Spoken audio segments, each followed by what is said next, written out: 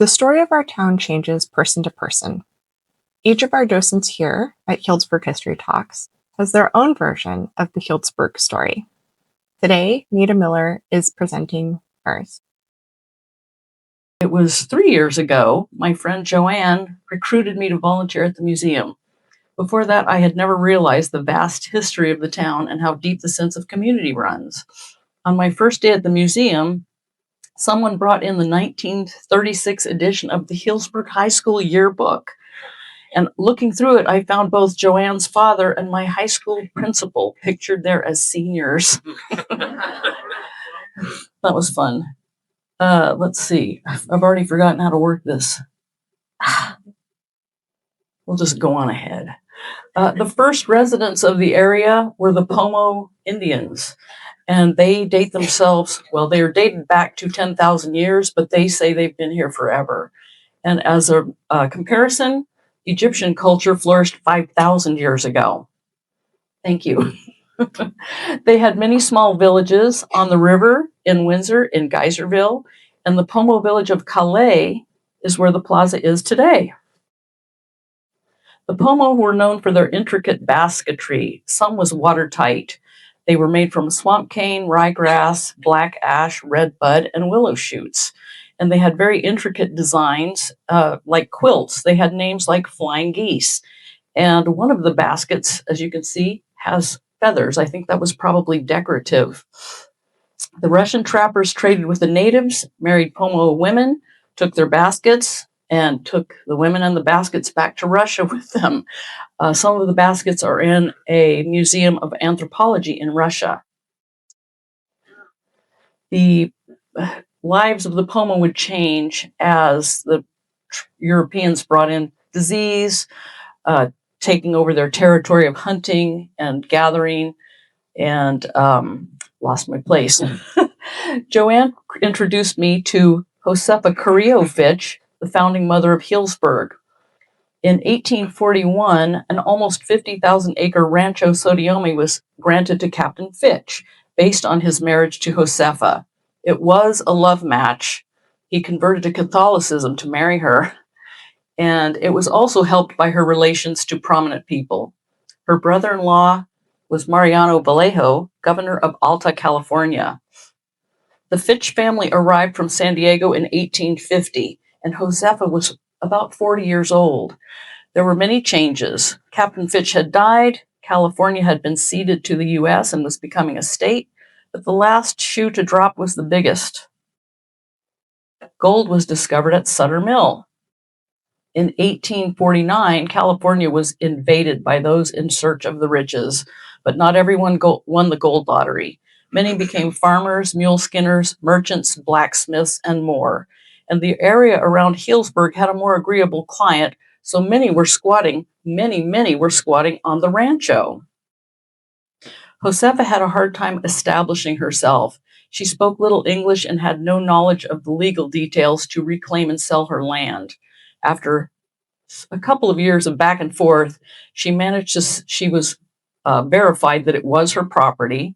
She managed to sell some land to pay debts, establish a ranch, and raise 11 children. What a toughie. Josefa's family first lived at an adobe, then built Fitch Castle on Balash Avenue, which burned in 1913. Her children married into other founding families and were important to founding the town. Josefa's daughter Josephine married John Balash, and her beautiful silk quilt is in the museum. But the town is not called Fitchburg because of Harmon Heald. He was a failed gold seeker in 1851, ended his mining career because he had no luck in the gold country and very poor health. He finally acquired land from the Fitch family after squatting there.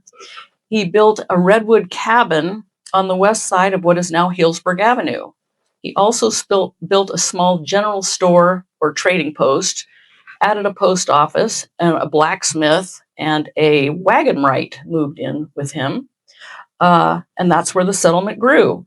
And then it was called Heald's Store, I found out. In 1857, Heald hired a surveyor to lay out a central plaza with streets and 85 lots, and the town was born, with a population of 300.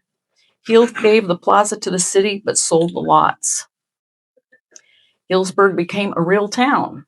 By 1867, the population had tripled to almost 1,000. The new town was incorporated as a city, with Colonel Lewis A. Norton serving as the first mayor.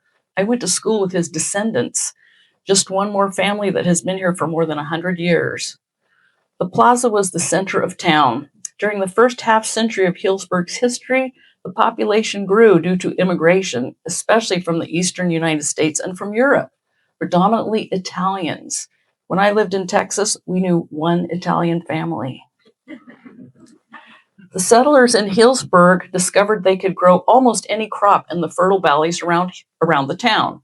They grew everything they needed: grapes, hops, and wheat was grown first by Heald. He had 10 acres, and that was taken care of by Native Americans, which apparently he paid because they spent time in his trading post.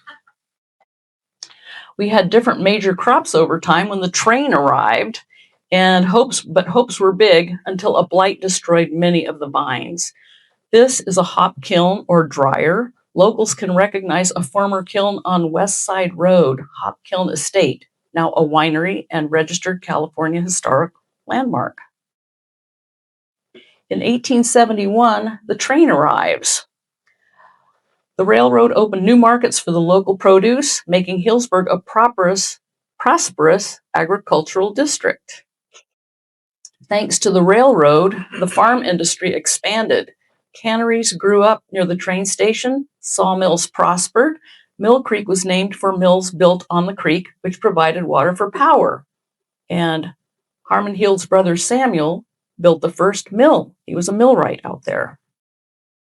Sawmills, canning, packing was central to the local economy. When I moved to Healdsburg, there was a grocery store called Packers and Canners. Not to mention the local baseball team, the Prune Packers, founded in the 1920s. Visitors arrive to the literally world-famous geysers. Recreation opportunities offered by the Russian River created a stream of seasonal vacationers arriving by passenger train, boosting the local economy. Tourists arrived at the geysers by stagecoach, probably dusty and tired. The geysers, they're misnamed. They actually are fumaroles. Geysers spew water, fumaroles gas and steam. The geysers are operated today by Constellation Energy. They bought it from Calpine a year ago this month. It is the largest complex of geothermal plants in the world. In the early 1970s, my father was a PG&E contract worker who helped build the substations.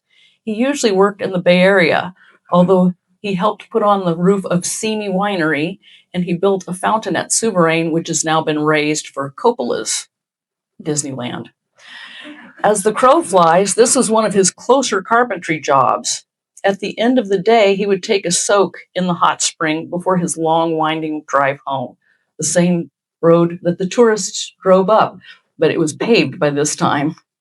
Later, the geysers ran out of water to produce steam, so treated water from the Santa Rosa effluent is now piped to the geysers 40 miles to produce steam. Like the Alaska pipeline, we now have the Sonoma County poop line, completed in 2004.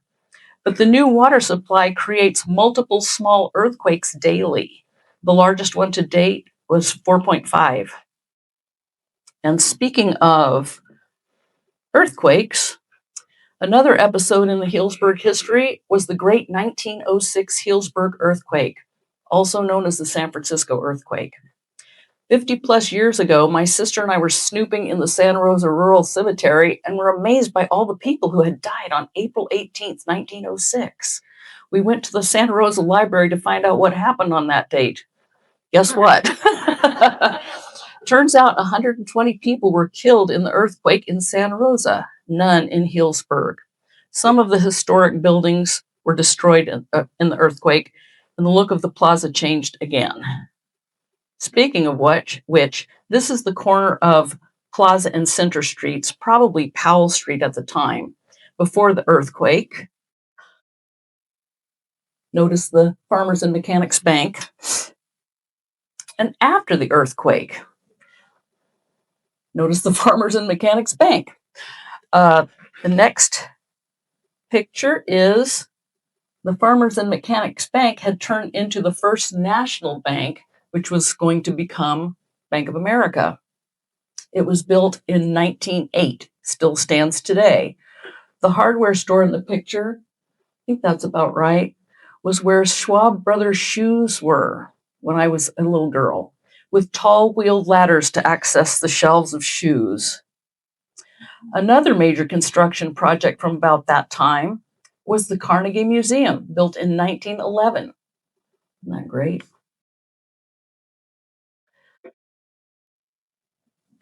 The Carnegie Library, not museum, the Carnegie Library became the museum in 1990. Carnegie built in underserved communities. There were 5 built in Sonoma County. The Sonoma County libraries were Sonoma, Santa Rosa, Sebastopol, Petaluma, and Healdsburg. Ours is the grandest.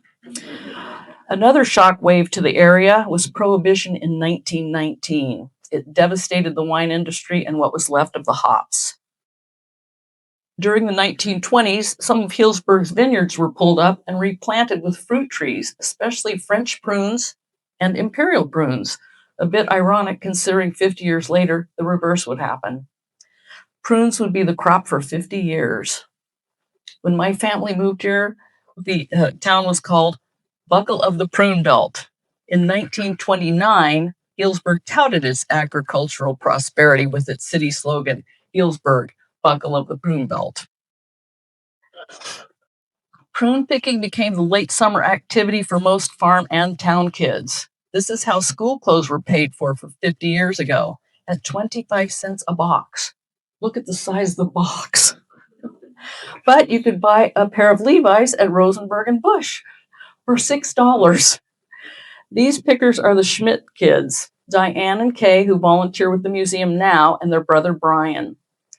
When my family moved here from 1963, it was still known as the Buckle of the Prune Belt, with a population of 5,001 stoplight.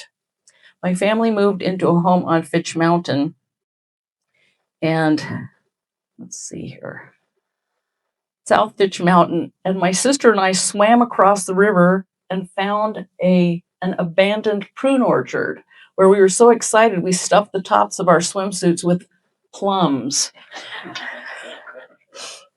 When we started school a week later, we told our new friends about our free treats, and they all said, "Ew, prunes," because most of them had to pick for their school clothes.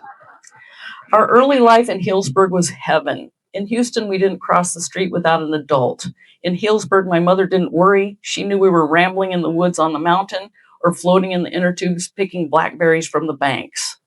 My father made us fishing poles from branches, and we caught bluegills. I don't remember taking them off the hook. My dear mother fried up these 5-inch fish for us. I loved the crispy tails. My father built us a small rowboat and equipped it with a 1/2 horsepower motor.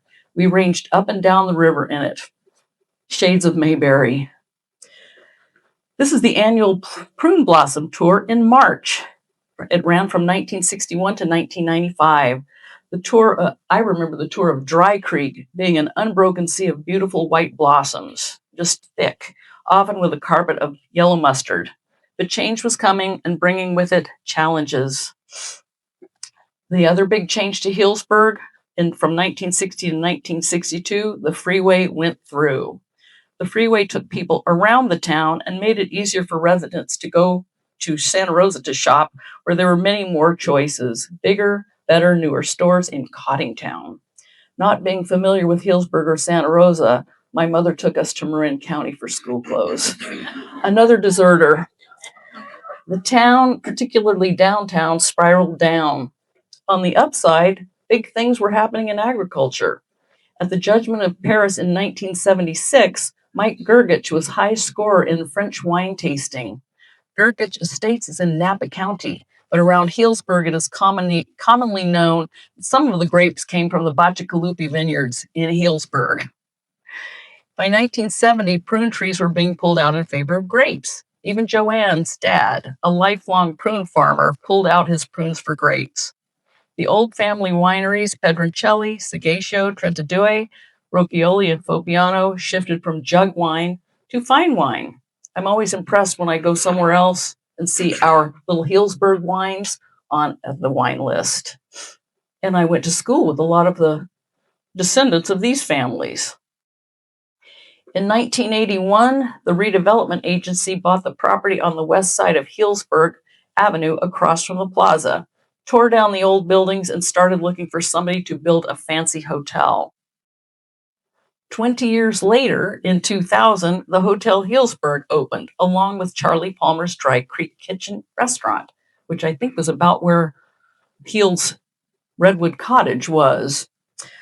Another turning point, the town continues to become more upscale and draw more visitors every year. A lot has changed, but many things haven't. What about the Pomo? They're still here. One branch of the tribe has established a casino, vineyards, a wine label, and tasting room. It is estimated that as many as 5,000 descendants of these Native Americans live in what is now Sonoma County. The farmers are still here. Anywhere you see a big flat vineyard, isn't that beautiful? Anywhere you see a big flat vineyard was prunes and once vineyards. Many families are still farming after multiple generations here. The plaza is still the center of town with locals and visitors enjoying activities, one of which is the popular history talks on summer Saturdays on the gazebo. Despite the population boom to about 12,000, Healdsburg maintains its small town character, community spirit, architectural charm, and vibrant history. And to learn more about that history, visit the museum with its permanent exhibit, Pathways to Healdsburg. And if you catch me, I'll continue to talk your ear off. Thank you very much.